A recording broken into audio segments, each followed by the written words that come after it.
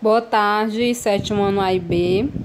Vamos lá, vamos iniciar mais uma semana de aula, tá certo? Vamos para a nossa aula de língua portuguesa texto, onde nós vamos abordar um novo gênero, tá ok?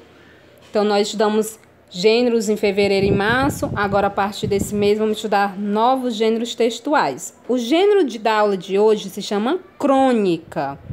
Nós já ouvimos falar assim em sala de aula, né? A base, o fundamento de uma crônica, quando que uma crônica surgiu, com a parte de quando que a crônica surgiu na nossa literatura, na nossa língua portuguesa. E a partir de que elementos estruturais nós podemos perceber que o texto é uma crônica de fato, ok? Vamos lá, vamos perceber primeiramente o conceito da crônica. Quando é que um texto é considerado crônica? Crônica é um gênero literário que a princípio era um relato cronológico, percebam bem esse fato aqui, relato cronológico dos fatos sucedidos em qualquer lugar, isto é, uma narração de episódios históricos. Era a chamada crônica histórica, como a medieval. Essa relação de tempo e memória, esses dois fatos, né, abordados aí, tempo e memória, está relacionada com a própria origem grega da palavra cronos. Cronos, que em latim quer dizer crônica, tá?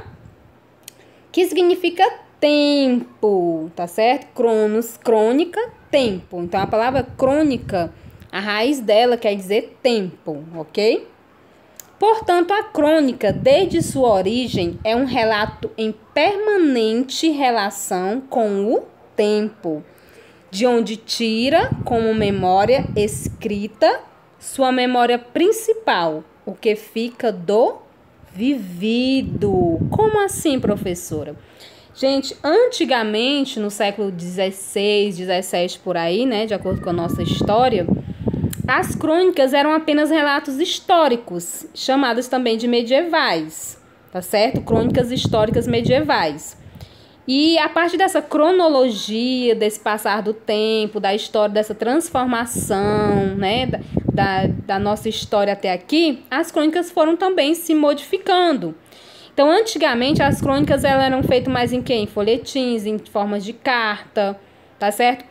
Como ela era feita a partir de quê? De um momento histórico que impactou aquela época, tá certo? A independência do Brasil, Carta Magna. Então, todos esses acontecimentos históricos, elas eram transformadas em crônicas, tá certo? Como um texto histórico, para ambientar, para destacar, para realmente ficar fixada, esse momento ficar guardado, gravado na memória. E é por isso até hoje que essas histórias são lançadas em livros, através das nossas crônicas, tá? Porque as crônicas antigamente eram só feitas praticamente como textos históricos, né? A partir do ambiente daquela época, a partir dos momentos daquela época que impactavam, né, aquela região, aquelas pessoas.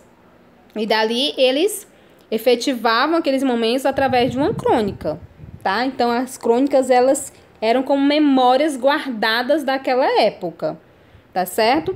Mas é a partir daí, desse momento histórico, né, que se abalou a época, se formavam crônicas, mas a partir do tempo que começou o século XIX, então tudo isso foi começando a se modificar. As nossas crônicas, elas começaram a ser mais explicadas, começaram a ter mais classificações, mais elementos, começaram a se transformar.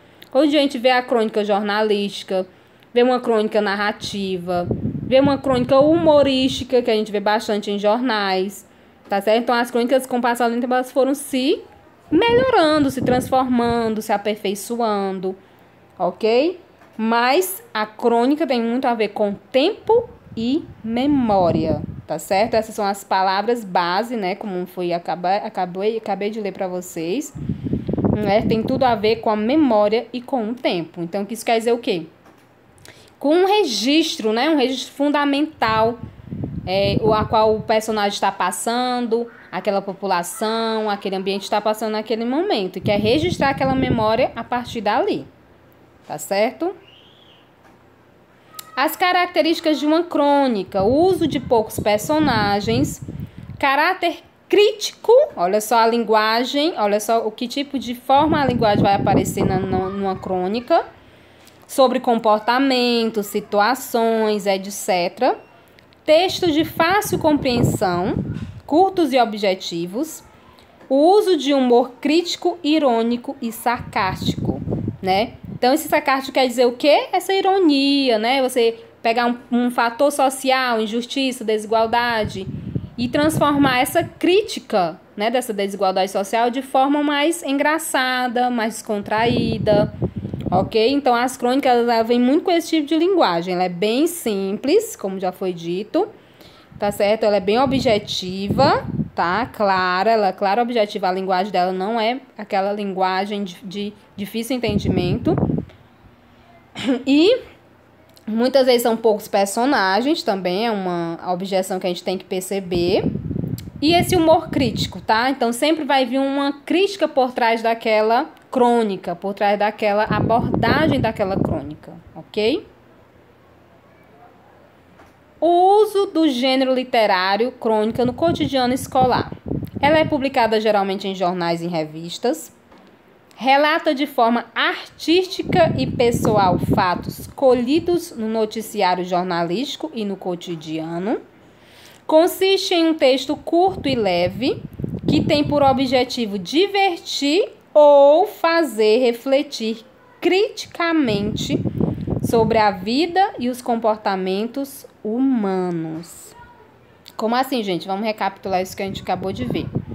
Então, assim, onde ela mais vai aparecer? Quais são os instrumentos, os meios de comunicação que a gente mais vai ver uma crônica? Jornais e revistas, mas também a gente já tem, sim, registros de crônicas em livros, ok?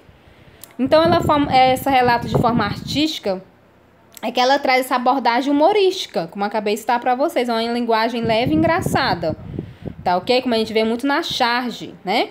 É uma linguagem mais sarcástica, brinca, né, com a situação, por exemplo, com a política. Eles vão fazer um relato da política, de alguma coisa que esteja acontecendo, criticando aquilo, mas de forma descontraída, tá? Então, é um texto curto, leve, não é extenso, né? Então, e o objetivo principal da crônica, ou divertir com a linguagem humorística, ou fazer essa reflexão. Lembrando que pode ter as duas coisas ao mesmo tempo, tá? Tanto uma crítica engraçada, quanto essa parte dessa abordagem de reflexão. A gente percebe, poxa, realmente a desigualdade está grande. Sobre o preconceito, poxa, realmente eu ajo como preconceito muitas das vezes e não tinha percebido a partir, depois que eu li essa crônica, me fez abrir a mente, abrir a minha visão em relação a isso. Então, a crônica, ela é um texto conscientizador, ela conscientiza os nossos leitores para aquilo que, por exemplo, eu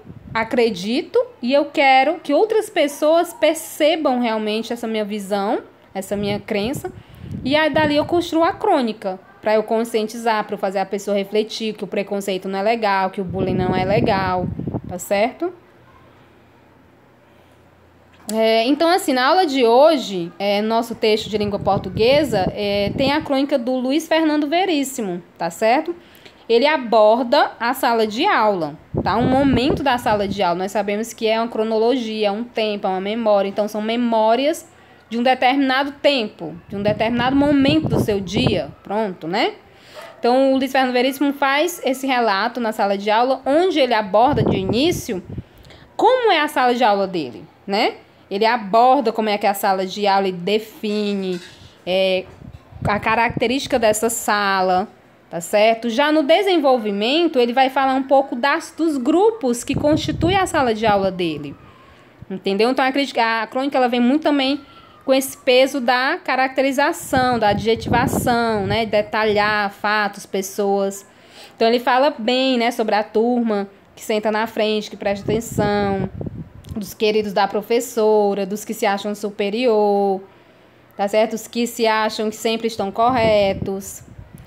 E aí dali ele começa a criticar, de acordo com a caracterização de cada grupo, né, que ele até coloca um certo apelido em cada grupo, ele vai começar as críticas, né? Então, esse texto aí já vai abordar meio que o preconceito, a crítica antecipada, tá certo?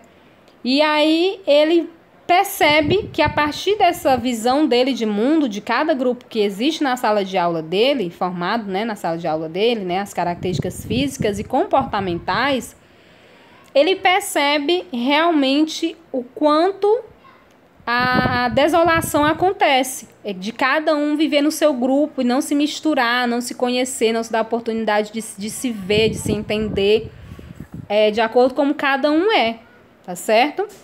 E aí ele fala, né, justamente dessas histórias, dessas diferenciações de histórias, e ele, na percepção dele, ele mesmo se conscientiza que devido a essa antecipação, né, de preconceito, ele acaba vendo que cada um vive a sua vida e não se dá uma oportunidade de antes se conhecer, de se comunicar, de perceber o outro, para depois, né, chegar a uma conclusão específica.